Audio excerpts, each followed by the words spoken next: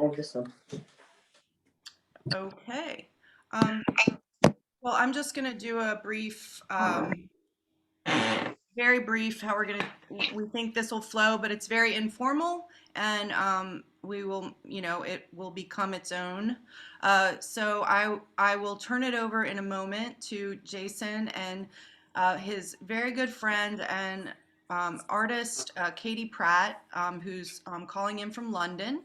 And her bio is in the Facebook invitation, and she has been a great support and friend to Jason throughout. I don't know how long you've known each other, but you'll talk about that, right? Um, yeah. And then we've asked just a few friends to throw out the first couple of questions after Jason and Katie dialogue. I'm gonna be here to share my screen and show images, interject images, as long as I can successfully do that, and I think I can.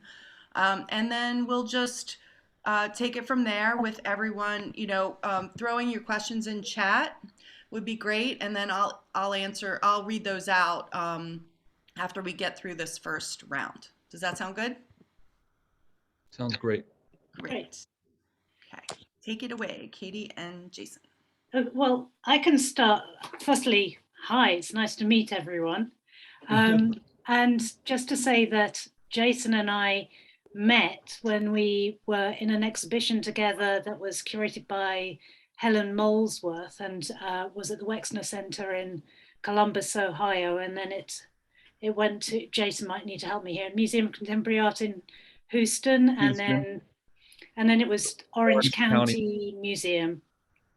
And that was Landscape Confection, and that was 2005 and 2006, wasn't it, Jason? So we knew each other then.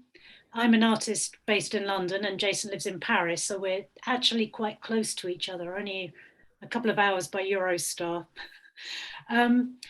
What I was going to ask you, Jason, is when I first saw your work in 2005, it was very much about architecture and the paintings and sort of relief sculptures, but mainly acrylic on canvas paintings were in somehow related to how they would be hung in the building and how they would fit in a room and bending around corners and so forth. Whereas the civilian art project work that you've made quite often projects forward into the room and has this kind of horizontal aspect to it. Do you want to talk about how your work has changed spatially over the years and up until this solo exhibition? Yeah, I think since I don't want to say the beginning, but yeah, since after art school, so late 90s, early 2000s, with my work, I came to a place where each piece would have its own set of architecture, and each piece would be individualistic like that. So since then, that sort of thing has always stayed the same. Surely just between say 2005 and now, it's just things just keep moving. That. Someone got their mic on. So yeah, it's always been this sort of game of it actually, the support for instance is always a place for me to start and gives me a set of problems to start working with rather than just the same rectangles and playing with inside of that. So I hope that answers that part of the question a little bit. So it's changed, but it's always stayed the same. It's a constant evolution of working with support and image and paint application. And yeah.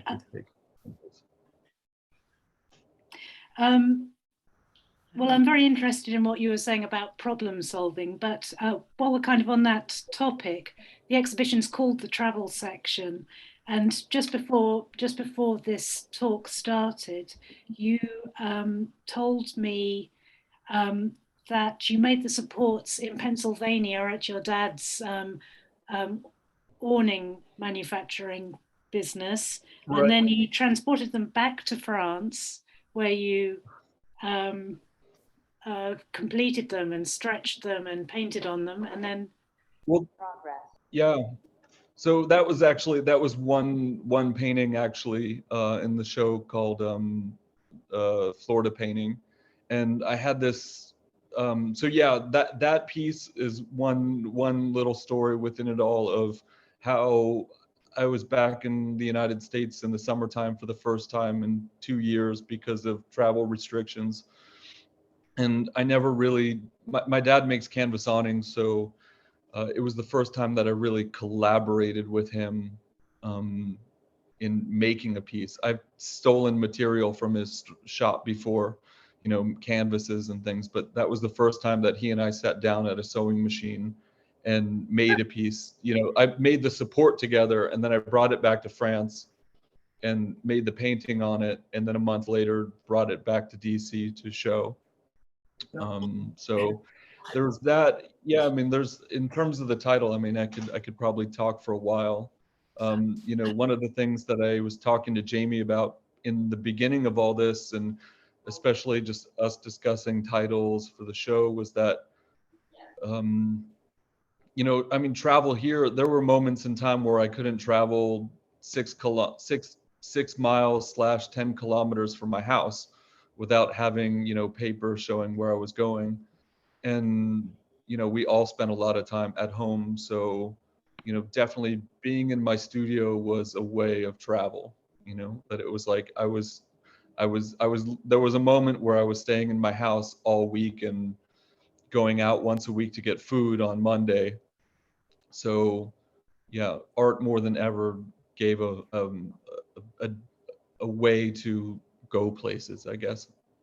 So yeah, that, and I think also too, just in terms of the title, talking through it with people, the travel section kind of became this fantasy sort of thing in the newspaper where, like we weren't able to go anywhere. So it was this like sort of mental travel of, I don't know, going to the Bahamas or going to the Swiss Alps or whatever. It was just all in our head, and this private space, I guess. Yeah, which is a nice kind of analogy to the kind of cerebral space in the studio when you're making work. Right. Exactly. And the other thing is that this work was largely made during that two-year kind of 18-month period of lockdown. And you were talking about availability of materials. I mean, here in Britain, we had a kind of double whammy of Brexit and lockdown. So we couldn't get imports because because of Brexit.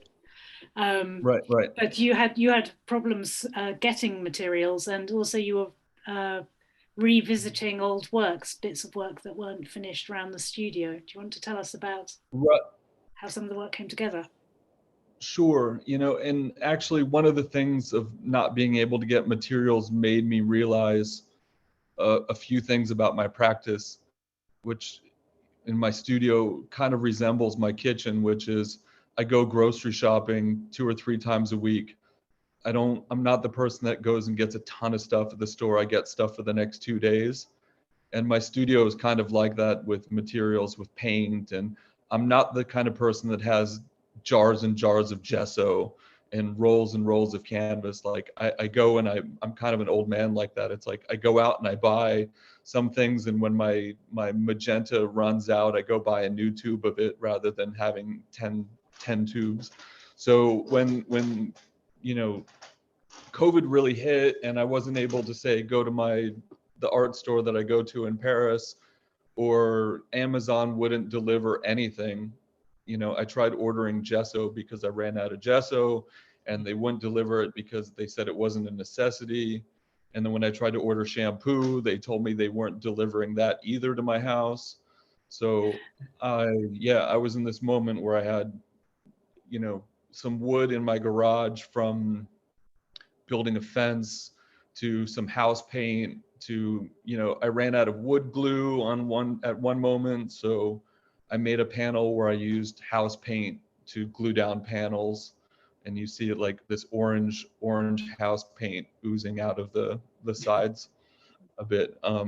Which, on looking back at it, or you look at the piece, you're like, oh, this is really cool. Like you're using paint as material, not just to generate images, but you're using it to use as glue, you know, and it's like it, you know, paint has lots of things that you can do with it, just like wood.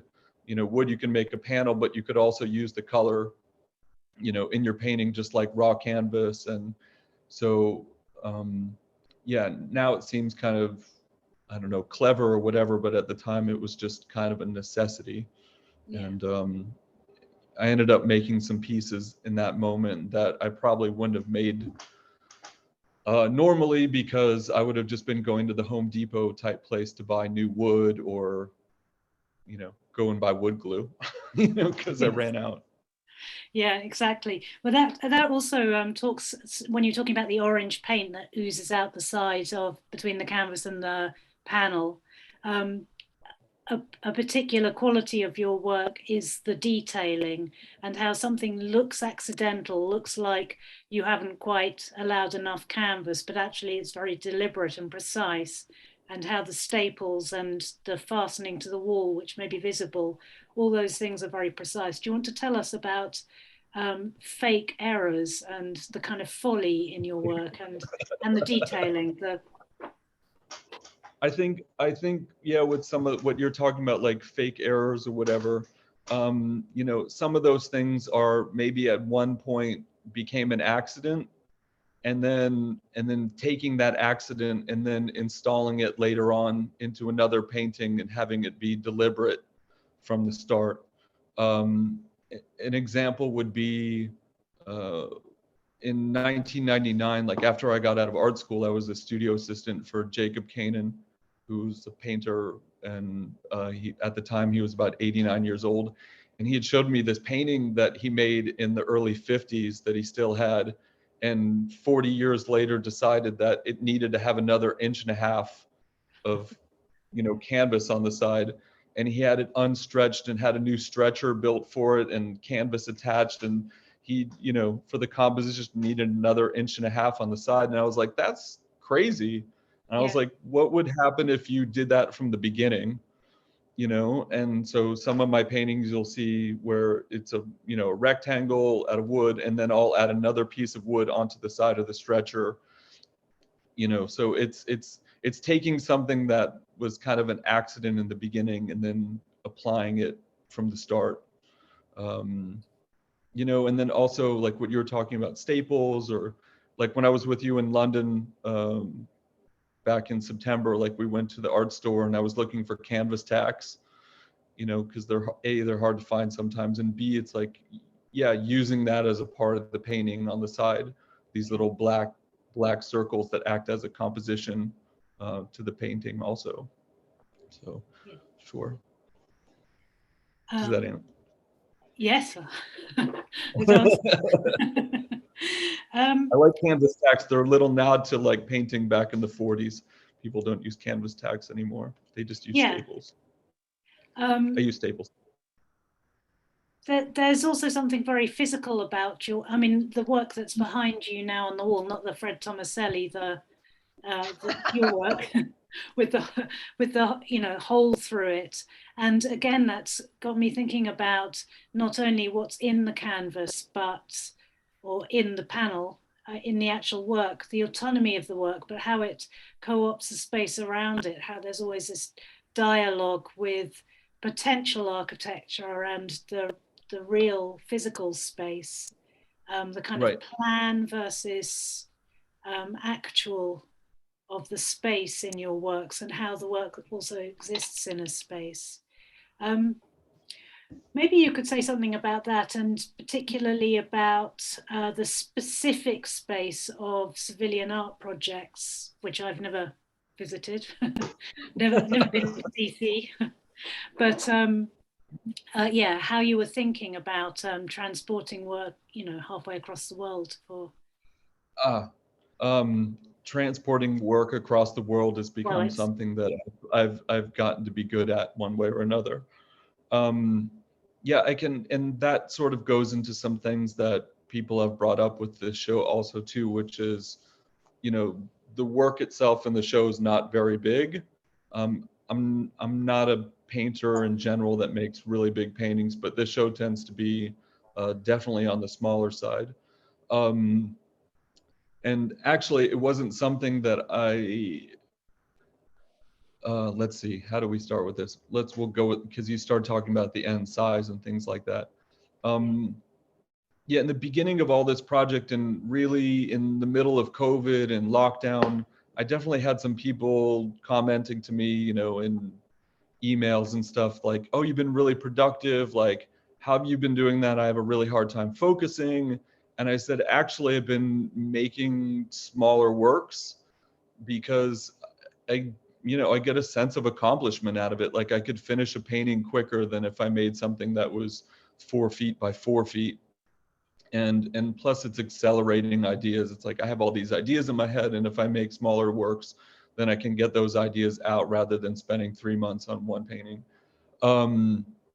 So there was that. But one of the things I didn't really foresee, and it was really fortunate, is that the shipping from, you know, say Europe into the United States has been really difficult. And if I had shipped my work the way I normally do, which would be FedEx, there's a chance that my work wouldn't have showed up for the show or been really late. So all the work that's in the show, I brought via airplane. When I was visiting in the summertime, I brought, I don't know, at least 65% of the work with me, 70% of the work with me.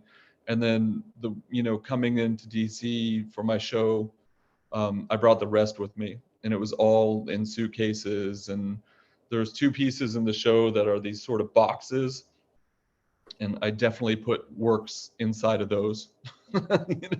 Like they were like little Russian dolls in some of them. And I have this one sculpture in the show that's, I don't know, this big. It's called Morning Combat, and I had that in my carry-on with me coming for the show. And I didn't realize it, but it definitely looks like a homemade bomb. And when I was going through like check-in and everything, and my bag's going through the scanners, they definitely stopped the conveyor belt on my bag for a while and were examining it. And I was like, what the hell? And then I realized that I have this like wooden block with screws in it that's wrapped like this. And I'm like, they totally think that's a bomb. And they're just realizing that it's made out of wood, and there's no charge in there. There's no battery. There's just 4 screws and stuff. So that Could I try to definitely. share that, Jason? This might be a good opportunity Yeah, to sure. share an image. Okay, let me see if I can do it. Let's see. We're working the technicalities out of. Yeah. So Luddites working the tech. Jason, one of the points of that question as well was about the specifics of the architecture of the space, because from what I can tell of civilian art projects, there's this wonderful open glass front that kind of brings the street, the interior and the exterior, and there's an element of that kind of thing going on in your work, inside out. I could definitely talk about that. So the space that my show is in right now in DuPont Circle is a space that Jayme had found recently. So I hadn't seen that space until August when I came to visit. So I was making all this work without really the knowledge of where it was going in the beginning. And then when I saw the space in August, a lot of things clicked for me. And there were 2 things in specifically. One, the front window. Before it was an antique store. So in the front window there's this sort of, we call it the bench, but it's almost like a really sort of wide table. And I had these small objects that I was making in my studio. Just, I don't want to say they weren't serious or whatever, but they were just me playing, just me sketches. making. Yeah, they were kind of like these sketches sort of thing, just, playing around with materials and stuff. And then when I saw the space and this space in the space, I was like, oh, this would be a great place to display these objects that I've been making. It's nice. And I wanted to paint the surface of it this aqua color that I bought to paint my living room with, actually, the color behind me. Just, sorry, Jason, And someone's in the chat has said, can you put the photo of the space up, please, Jayme, while we're chatting?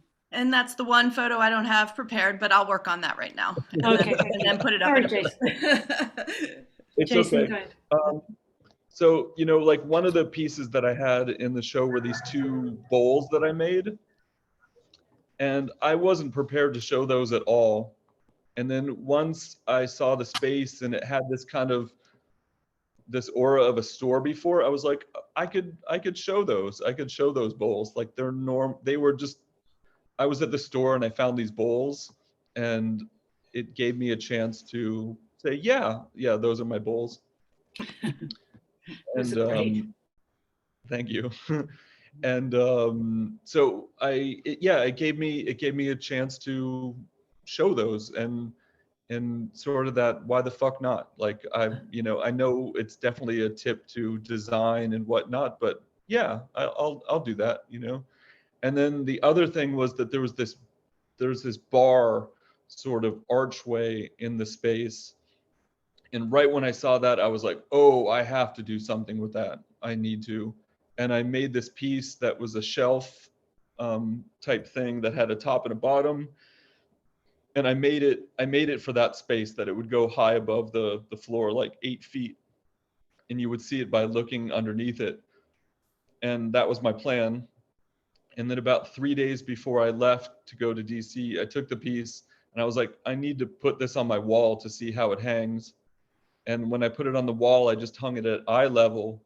And that really changed. I was like, oh, this needs to be at eye level. This can't be, you know, high above. I want it to be so you can see above and below. Was it one that came, a long thin one? Yeah. That came out right. Like a tabletop. Right. And then the piece that I made that's actually in the invite, called the Mildly High Club, that was in my studio, kind of high on the wall, because I put it up there to get it out of the way. And then, so when I got into the space, it was probably one of the first pieces that I placed, that I wanted it up on this high part of the gallery, and it was almost hidden. It was like you had to go sort of look for it a little bit, and it kind of looks like a speaker or an amplifier. So yeah, that was actually the first piece that I hung, and then everything kind of fell into place from there. So that's great, thank you. Yeah, definitely. As time goes on, more and more, I try to involve the space with the installation and sort of setting the pace for. There's the piece that I was talking about. Sorry to be so close. It's okay. But yeah, the space dictating how things go, rather than all the pieces are 5 feet apart and all hung at the same level. All right, there we go. That's great. And Jayme, do you want to go into the questions that people have sent to you, or the questions that you've got? Yeah, how we're going to do that is they are going to actually ask their questions. So perhaps I can call on John Brown to get started for us, if John is ready. Oh, okay. Sure. Thank you. Congratulations on a splendid and beautiful exhibition. It's quite lovely. So, from my perspective, in the current exhibit, it seems as if there's this level of intimacy that's going on. And I think that you mentioned how you found yourself working on a smaller scale. And I think that in some cases it's really wonderful that with some of the objects that you had featured in that window on that table, you could actually pick up the object. You could turn it around and look at it from different angles. And you could just marvel at its beauty at a sort of in a close, intimate way, which is not typical for a lot of artwork. Usually you stand away from the artwork to take it all in. But given this feeling of intimacy, I was just wondering, did you produce all of the work with this intimacy in mind, or were you sort of building up, towards intimacy as you kept producing one work after another and you started to look at this body of work together? I think that's a good question. I think the intimacy part of work is something that's always with me. There are certain artists, for instance, that I really like their work. For instance, like earlier on, and there was so much information and detail on the works, and then they got really big, and as they got bigger, they lost those intimate moments, those details that just sort of lost it for me. And me, when I go see art, I immediately go up to the surface and look at it and sort of examine it. And so I guess it's with my work, I'm very much I'm the same way. Like I go up onto it and I'm always working on it like this. I'm not like, Matisse, who had painting, like he had long brushes that were 6 feet long to work from really far behind. Right. So it probably just comes out sort of naturally, I guess, that, I have a work table that I have in my studio. So everything is very much on top. I don't know. I'm thinking about it now, I don't often like sit back from my work a whole lot and stare at it from across the room, even though I do that sometimes. I spend 90% of the time right in front of it rather than, 20 feet away looking at it. But yeah, the small part just sort of came naturally in all this, it sort of came naturally. And then as time went on, I started to focus on it a little more. Well, job well done. It's Thank you, John. work is just beautiful. Thank you so much Thank for you. all of your support, John. And thank you for that question. Joette, are you available to ask a question or two? Yes, I am. I happen to be in a place that I didn't originally intend. Well, thanks for being with us. So I'm with my 15-year-old niece and the hairdresser. Was not part of the plan. So again, congratulations, Jason. This is it's such a wonderful show. My question was actually sort of like, I keep thinking about this being, so much of what you were doing was like sort of out of necessity, given the limitations of lockdown and the sort of claustrophobia that was created by that. And, you've always been someone that has really played with like different relationships from like the kind of, unusual materials and thinking about supports. I was like reading a write-up about some of your work, and I was thinking about this idea of like, kind of that separation between what supports work and it's always hidden, and you bringing that to light. Was there any material that really surprised you in working with it, being forced to work with that material, and that you think you're going to continue to use? I don't know about forced to use, but a new material that I started using with these works was felt. Okay. And that sort of came from, I don't know the first time I bought some felt, but I was at, in my town, I don't really have a proper art store. But there's a place where I can at least go buy some simple materials like gesso and whatnot. And they have a big craft section, and I just started going through the craft section, and they have all these pieces of felt, really thick felt. And I think I just bought some just to, I don't know, play with it.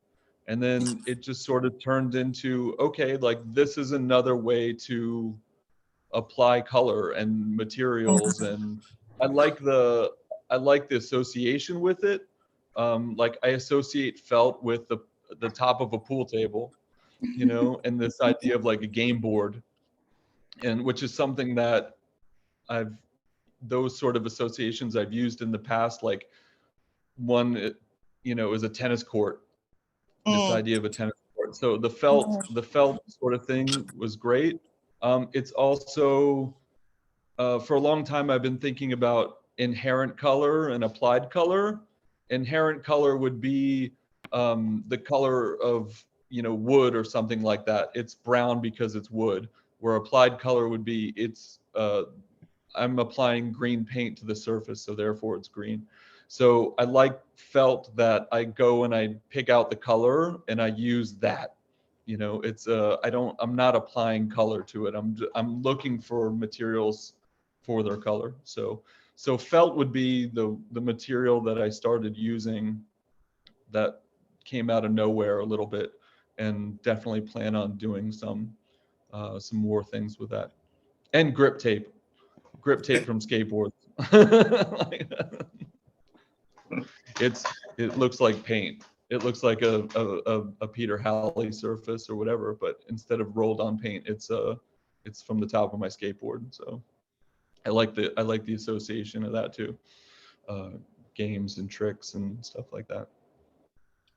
Thank you so much, Joette. That was Thanks, a Joette. great question. And if we have Colby, I think he had a question. I'm not sure. He was driving. Uh-oh. I'm here, but I can't really do that because I'm driving. Okay. So you can repeat my question. You're welcome to do that. Okay. I think I have that. Let me see if I can read it. Let's see. 1 second.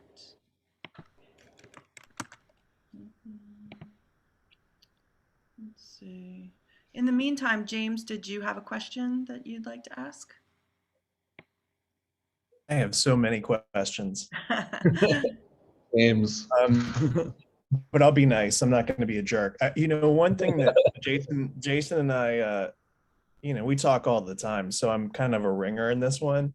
But one thing that I was sort of thinking about a couple of days ago, or maybe yesterday, was, like Jason and I are about the same generation, and we sort of grew up with the same visual language. But Jason's also like a really dedicated dad, and his kids are starting to get real visual. So my question, Jason, was like, what kind of, how is your kids' visual language different from like, your generation, and how is that filtering into the work, if at all? Yeah. That's a good question. God, where do I start with that? One of the things that I could think of off the top of my head was actually a painting that wasn't in this show, but was in the show at Flowers Gallery this summer, called Autumn Attic, that I was in with Katie. And it's a painting called Sunset Flip.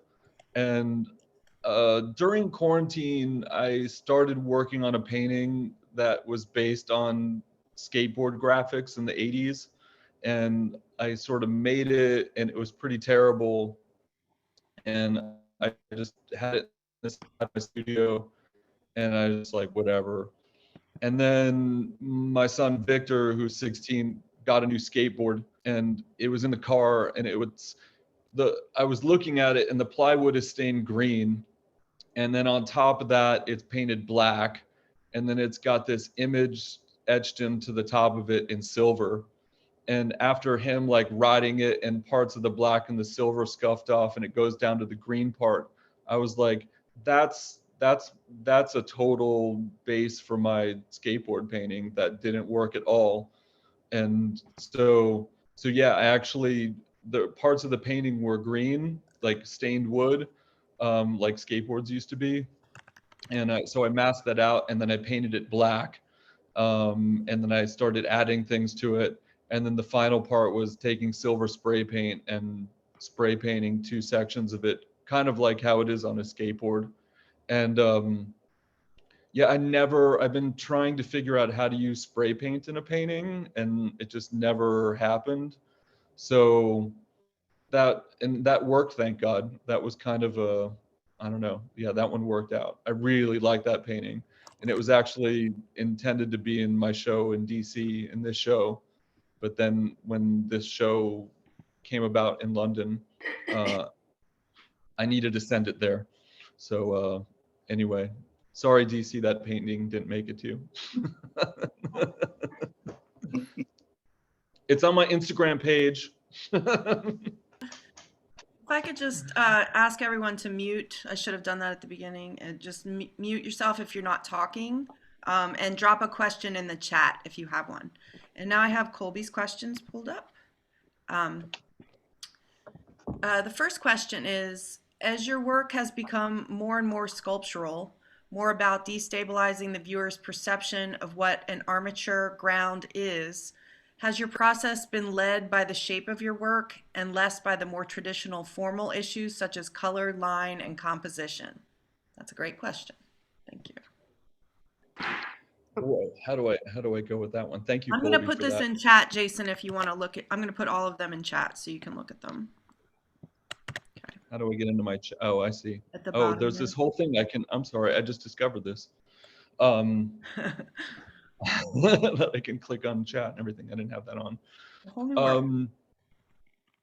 Yeah, in terms of the sculptural aspects of things, I mean, my pieces have always been sort of physical. But for instance, in this show, a piece that we talked about a little bit before, one of the small sculpture pieces called Morning Combat, I built this sculpture, this object out of wood, where I, both added to it, gluing pieces of wood together, but then also cutting it once it was formed, and then painting it. And it, the painting goes around the whole thing. And that was like a whole other party where, working on a rectangle and, you're dealing with these 4 sides or 6 sides or however much, but it's pretty much flat. And, I would have paint go around the edges. Like somebody asked a question earlier about like mistakes and things like that, and then taking them and applying them later on, where early paintings of mine, like paint would roll off the edge of the panel and be there, and I would leave it, where I started to take that and be like, well, what happens if I just do that from the beginning, but I mask it out and it's, part of this rectangle folds over. But painting on an object where it goes all the way around, I was definitely dealing with how does the image on this side roll over to the side and go there, and you're starting to have to see it as a whole object rather than just this front surface. Sometimes I refer to it as cosmetics, having this, flat rectangle with a picture on the front, and definitely having to deal with, all this 3D sides of it was definitely a challenge. And I'm glad I started that project. So more of that will come for sure.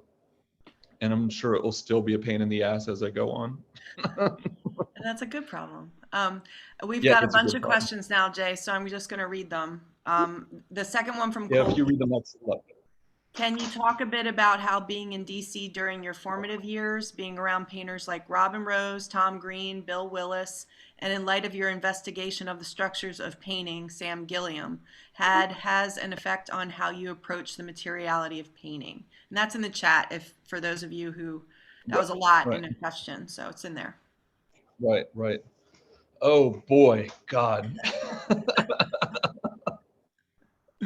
I could talk about that for a while. I'm going to, Colby mentions a few artists, and I'll talk about 2 of them. Robin Rose is, if you don't know him, he's a really, really wonderful painter out of DC who's in his 70s now. And I met him when I was in school, and he was in a show at the Corcoran Museum in the biennial called Painting Outside of Painting. And he's doing these encaustic paintings on aluminum hexel panels. And when I saw his work for the first time, I was really, like probably everybody when they first see Robin's work, really encapsulated by it. And then I found out quickly that he actually lives in town and that he was friends with my professors. And I said, get me over to his house and I'll paint his fence, take care of his kid, walk his dog. I just want to hang out with him and talk. but Robin's paintings, it made me realize early on that the support that we paint on doesn't have to be neutral. And it really started at least an idea in my head. You know, a difference, you know, where I've gone from there was a lot of those painters would come up with a format, you know, like Robin's sort of classic is 24 by 18. Somebody like Tom Niskowski is 16 by 20, you know, and it's all these you know, these spaces that are set out from the beginning where it's like, okay, this is my playground. And I really sort of set out from there to be like, okay, I need to move away from that. And I need to, I need to set up a place to play each time that's different and it has its own context and its own, yeah, like somebody, Paul Richards wrote, it wasn't Paul Richards, Mark Jenkins wrote in the review that all these paintings in my show operate on their own terms. And each piece you have to go to individually and approach them differently and not all the same for each piece.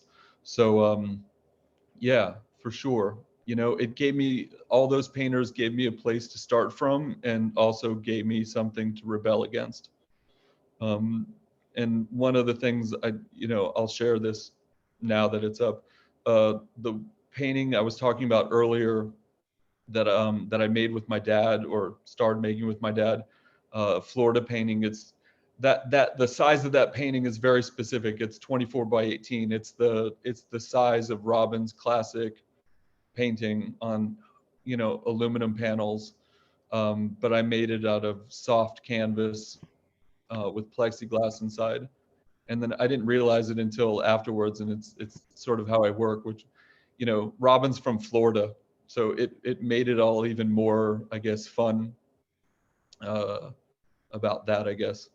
And at my opening, I was talking to him about it, and I said 24 by 18, and I kind of nudged him in the shoulder a little bit, like, I'll play where you play. It's just going to be different, you know. I'm so glad you brought that up, Jason. And then the last question for Colby, and then Lynn has one that I'm going to read, is titles. And Joette wants to hear about this too. Titles have always played a vital role in your work. Can you talk about how you come to them and what sources you pull from? And I think that feeds right back into what you were talking about, having a different location, a different set for each piece. It's kind of like a band on tour playing a different venue every night, you know, and we talk a lot about music, and that's a lot of your titling, your hidden secrets there. hidden, yeah. Every time I have a show with Jayme, I when I send her all the pieces and you know, titles and stuff like that, I'll write little sort of end notes on the titles, like what they reference or where they came from or things like that. A few things with titles. Well, for instance, I was just talking about Robin. You know, Robin always had these sort of interesting, quirky titles. A painter that I share appreciation with Katie that we were talking about earlier is Jonathan Lasker, who always had really interesting titles, still does. And actually, Robin and Jonathan used to be friends with each other a lot in the early 80s, and Robin would tell me how Jonathan's titles sort of inspired him to have these sort of eccentric titles. Titles for me is definitely a window into the work. You know, I make abstract paintings, and it's a way of getting the person, bringing them more into the work, giving them some sort of insight about where I am or what I'm thinking, those sort of things.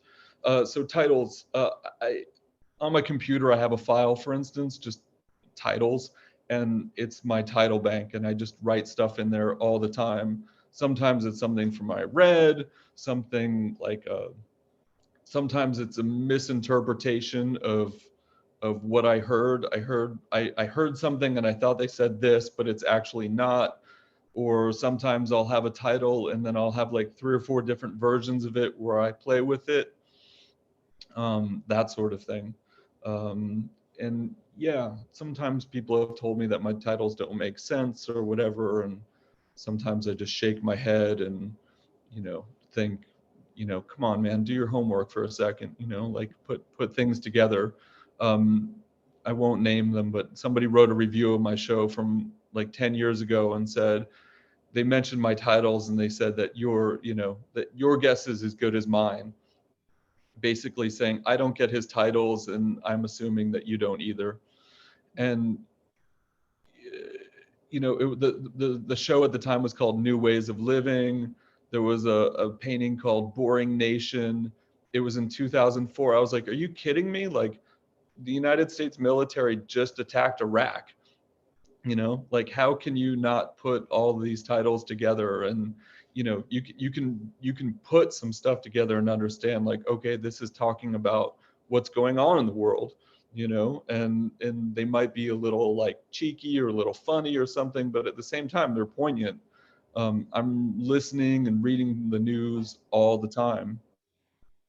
And like this show, for instance, there's lots of stuff in there that came from what's going on. Like, one of the paintings in the show is called Creep Your Death, which, you know, if you're an old fan of Metallica and you know, on Ride the Lightning, there's a song called Creeping Death. And yeah, so I thought, how do I have a painting that has a reference to Metallica without being called Master of Puppets or whatever? And so Creep Your Death definitely fits into what's happening right now. Plus, you know, if you look at the painting, it does have this sort of sterile, medicinal, hospital-like sort of thing where, of course, what we've been going through is taking place in hospitals, and it's not carnage on the street or anything, or it's quiet and it's inside. And that painting definitely, at least to me, says a lot of that. And that lends right to, were you done? I'm sorry, I didn't mean to cut you off. That lends to, Lynn asked you to speak to these three words. Oh, Decoration, doubt, and absurdity. wow, okay. Doubt, decoration. Okay, so I think it was 2017 at my show at Civilian when Lynn and I did the gallery talk together, and it was in the beginning of our relationship as becoming friends. And she asked me a question about decoration, and it's definitely something that a lot of abstract painters get talked about. You know, I think I heard Sam Gilliam say, abstract painting without any character is decoration. And that kind of hits home a little bit for sure. And she asked me if I think she asked me if I was afraid of my work being seen as decorative. And I quickly responded, no. And and I guess that's not something that I really think about. But later on, I was thinking, like, I don't know, 2 or 3 weeks later, I was thinking about that question. And I said to myself, I think, you know, in the 60s, that was a big thing. Like, if you were a painter or an artist and somebody said your work is decorative, that was like the worst thing somebody could say to you. And today, the word that I would say replaces that is entertainment. Like, I definitely have, I take issue with art that becomes entertaining. And I know that museums or art spaces tend to, you know, they can put on shows that are very entertaining because people come and it's kind of a spectacle. And I definitely have some sort of fear of art becoming entertainment. Art can be lots of things, and I'm sure people have no problem with it being entertainment. But me personally, entertainment has become kind of an issue with me, and art leaning that way. Doubt. God, if we all have doubt, right? somebody back when I was a younger artist, somebody was at my studio, and I had all these paintings up that were kind of all very much in line with one another. And then I had this one piece that was very much a disaster in a good way. It was very sort of different than what I was doing. And, you know, it was just really rough and scraped and really looked like I dragged it behind a car. And they said, don't show anybody this because it looks like you have doubt of what you do. Like, by putting this up shows everyone that what you're actually doing with all these other paintings, you have doubt in that. So you made this piece. And I was kind of like, whoa. And, you know, being a young artist, you're like, okay, I'll take that, you know, that's fine. But then I really think about that as time goes on. And it's not so much me having doubt in my work. I think about it sometimes more as like people having doubt in my work.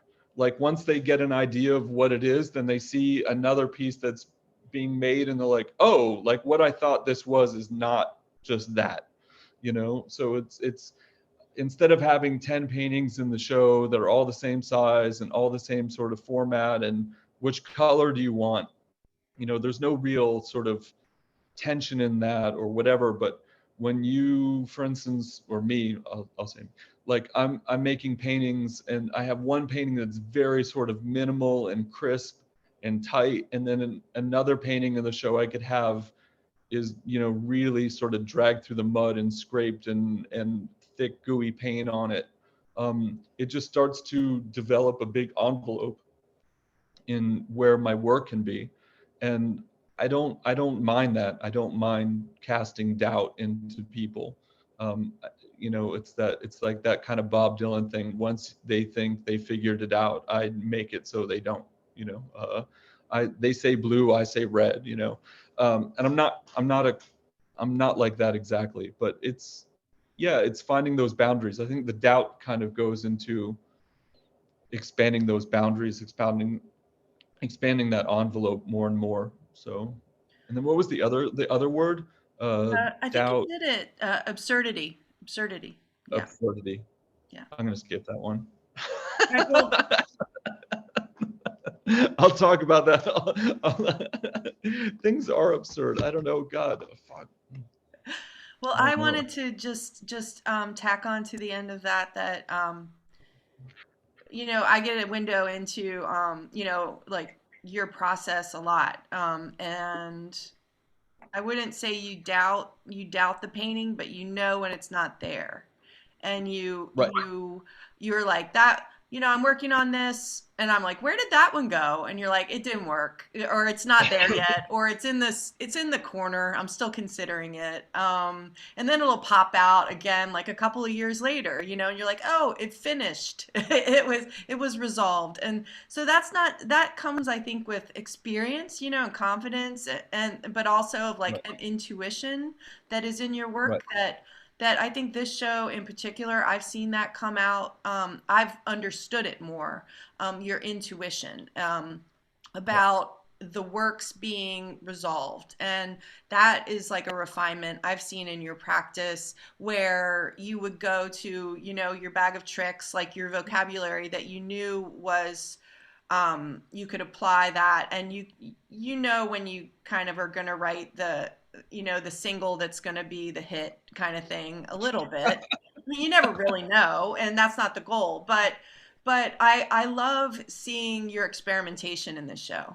The things that you just kept going with, even though there was an accident, or you know, a happy accident, or an unintentional blob on a painting, and then just keep working through it. So it seemed like the doubt isn't as much as your intuition, I guess, or your ability to experiment and intuit and know for yourself. Yeah, one of the things that I can definitely talk about that is, I remember like a few months ago talking to you, Jayme, about this show, and I said, either people are going to come into it not knowing my work and be like, okay, this is a group show of 3 artists that make work really similarly, or this is like an artist like going all over the place.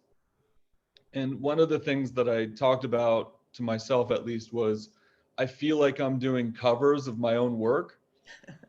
You know, like how do I make a cover of one of my own songs rather than a cover of somebody else's work?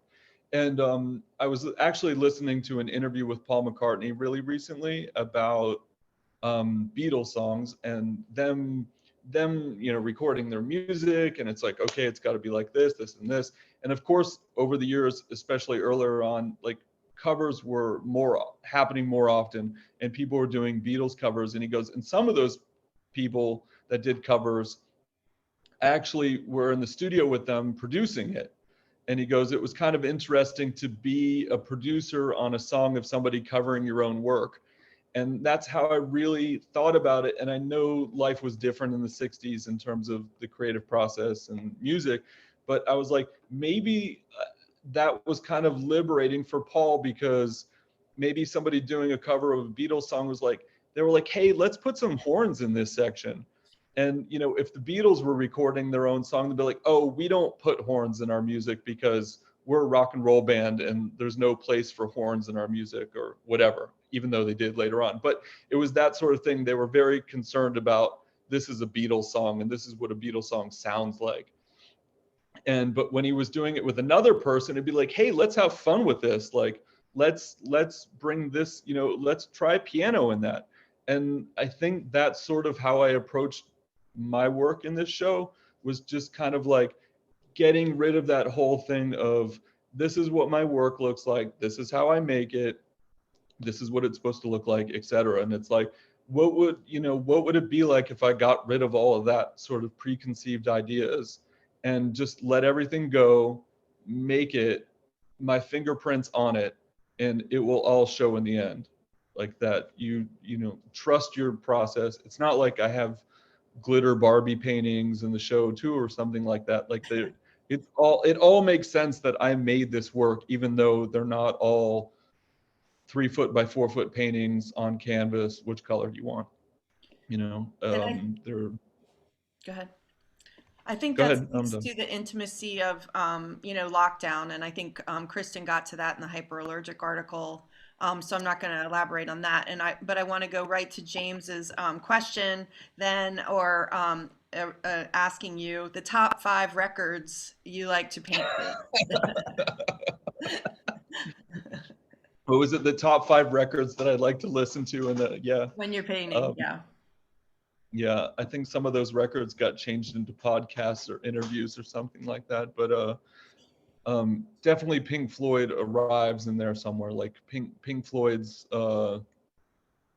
like Echoes or Dark Side of the Moon. If I need to get into a space where it was like, okay, I need to get rid of all the noise, I like listening to Pink Floyd. I really like listening to Sun, or known as Sun O, which, if you don't know them, is just like a super, super loud drone.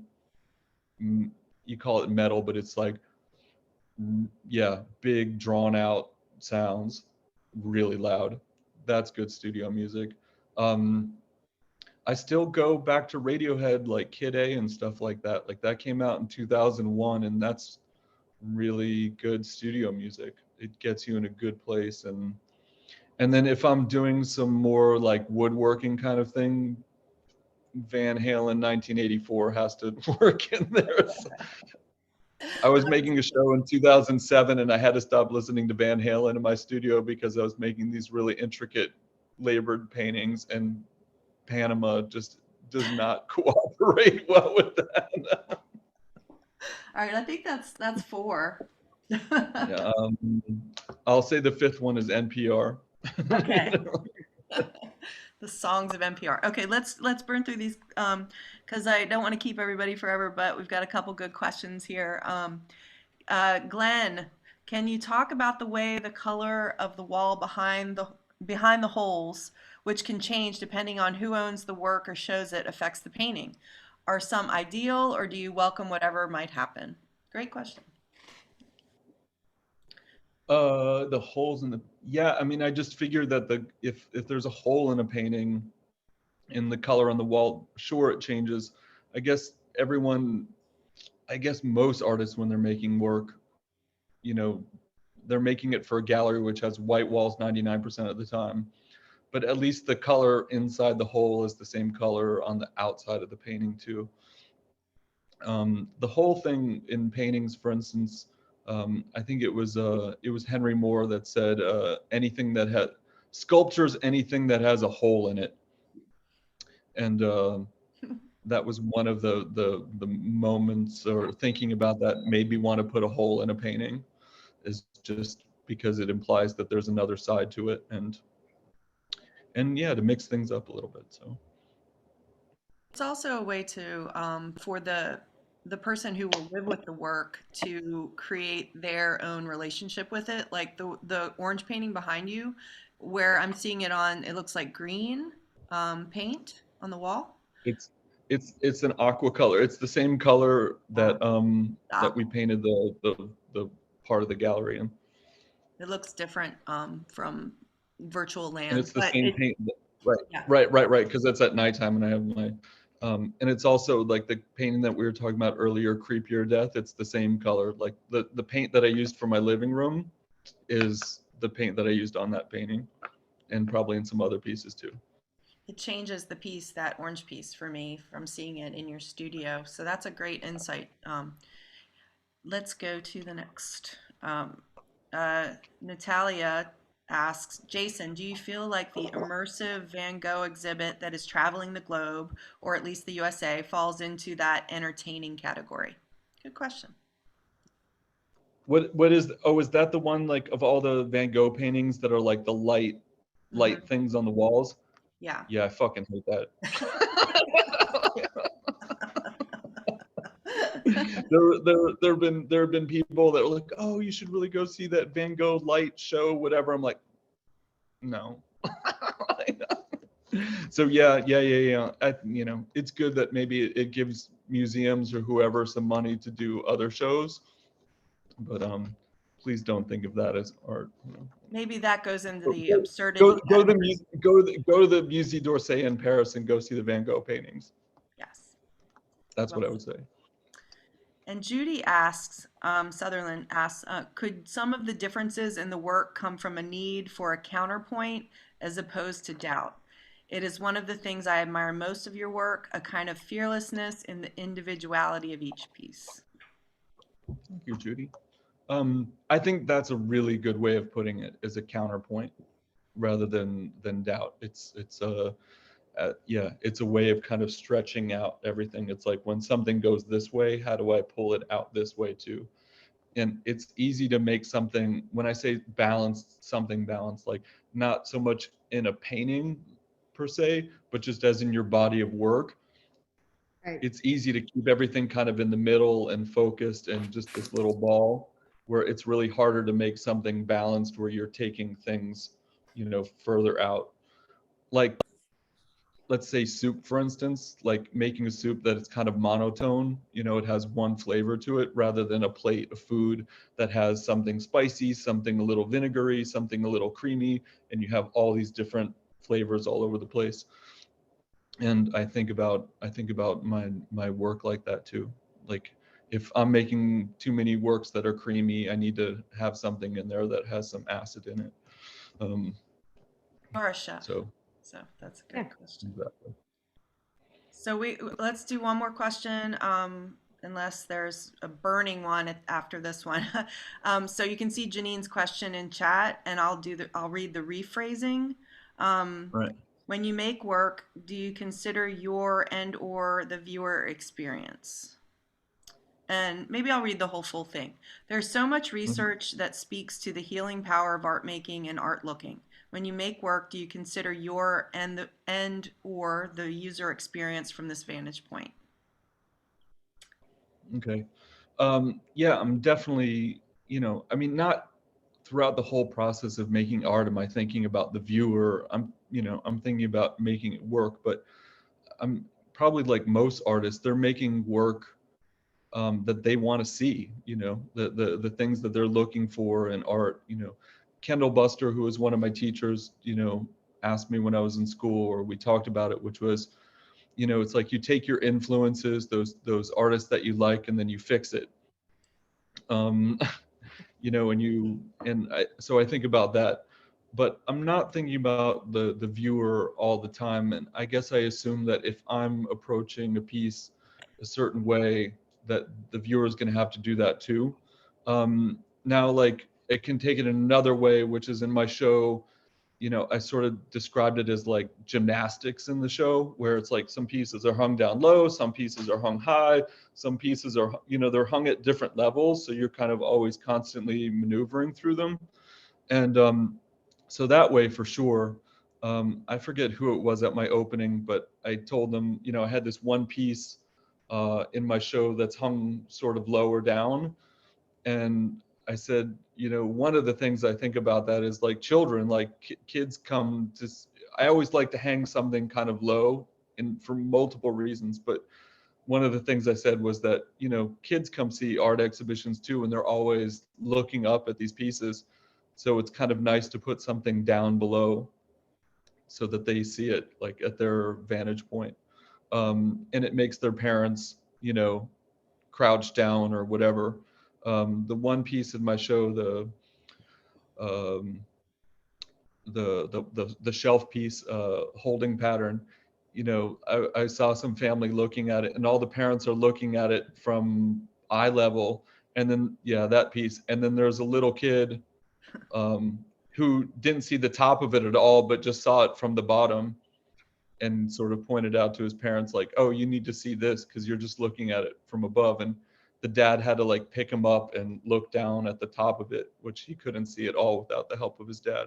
So those sort of things, for sure. I like that. I like that a lot. I like how the work demands a little bit of participation rather than just scooting to the left every 4 feet and looking at it, you know, straight on and then move to the next one.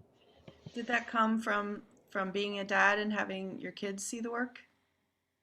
Probably one way or another, you know, like, yeah, I mean, anybody that had kids that take their kids to see art or whatever, it's like having to pick them up or whatever to look at something. So I don't know if it was like so direct, but it was just, yeah, just, I don't know.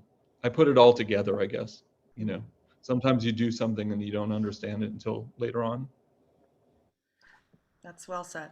I'm going to put a bunch of links here in the chat that if you want to see more of the show, there's Jason's website. There's, hopefully I got everything in there. I can't see what's going on.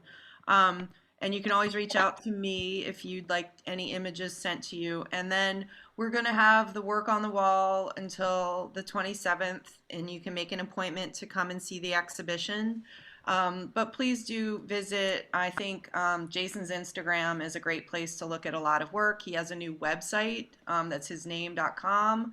That is fantastic. You can see a history of work there. So I welcome you to look at that, and also the gallery's Instagram or my Instagram, Jayme Civilian. I have a lot of images up there too. You can see more of the show. We've recorded this, so I will put it on the gallery's YouTube channel as soon as they send it to me, and I do that. And if anybody has any last remarks or questions, just throw them out there, and then we'll let you go after this. Well, congrats, Jason. I mean, it's just such a great exhibition. It's been, and you know, at the beginning, you know, you remember you and I were like, is this going to work? Is anyone going to come? What's going to happen? We're like, we'll just do it anyway. Can you believe what's happened? Yeah. Yeah, that definitely, you know, this show, like everything else at this time, got moved around a lot. You know, there was times where it was like, we're going to try for the fall. Maybe it would be at Christmas time. There was like a moment where we thought it was going to happen in the springtime, you know, just from everything, you know. I mean, I came in the summertime, and that was the first time I was even able to come to the United States because of travel restrictions. Travel restrictions, I know in the United States have not been as they are in Europe, but in Europe it's definitely been more of an issue. Like I didn't go to Paris for I don't know how long, almost a year, because most of the either A, I didn't want to because I didn't want to get on a train, or B, we just weren't allowed to. Or I was in the show in London with Katie, and I couldn't go for the opening because I was a non-British citizen. So I'm thankful that I got to see the show by the end, because they opened up travel, from France to England. So, and I was in a 2-person show in Belgium, and I brought the work there the day before we had lockdown. We knew that on Saturday they were going to lock us down to like 10 kilometers from our house. So on Friday, I basically drove to Belgium with a bunch of paintings and dropped them off and came back as they were closing the border.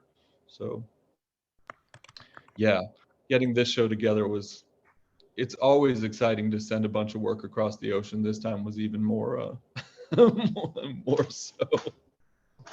Well, thanks for working so hard on it, Jason. It wasn't easy, and we did it. And thank you, everyone, for your great questions. I think this was a fantastic talk. It's the first Zoom talk we've done, and we'll be doing more like everyone else. And thank you for bringing first Zoom talk for the gallery. Not everyone's done Zoom talks. No, I've done 1,000 because I did graduate school by Zoom.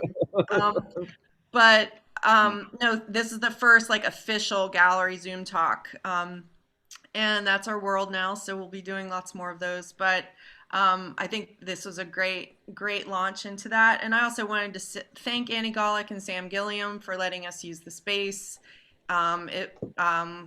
It just was perfect from the minute we walked in the door.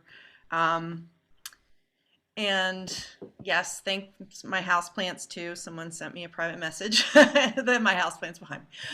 So I'll let everybody go, but do reach out if you'd like to come and take a peek. I will be in the space on Sunday the 28th, just kind of all day. So that's a good time to come by and shoot the breeze with me. Reach out if you want to do that. And I wish Jason was going to be there too, but he's in France. But we'll see you soon. Okay. So thank you, everybody. Thanks, everybody. Thank you.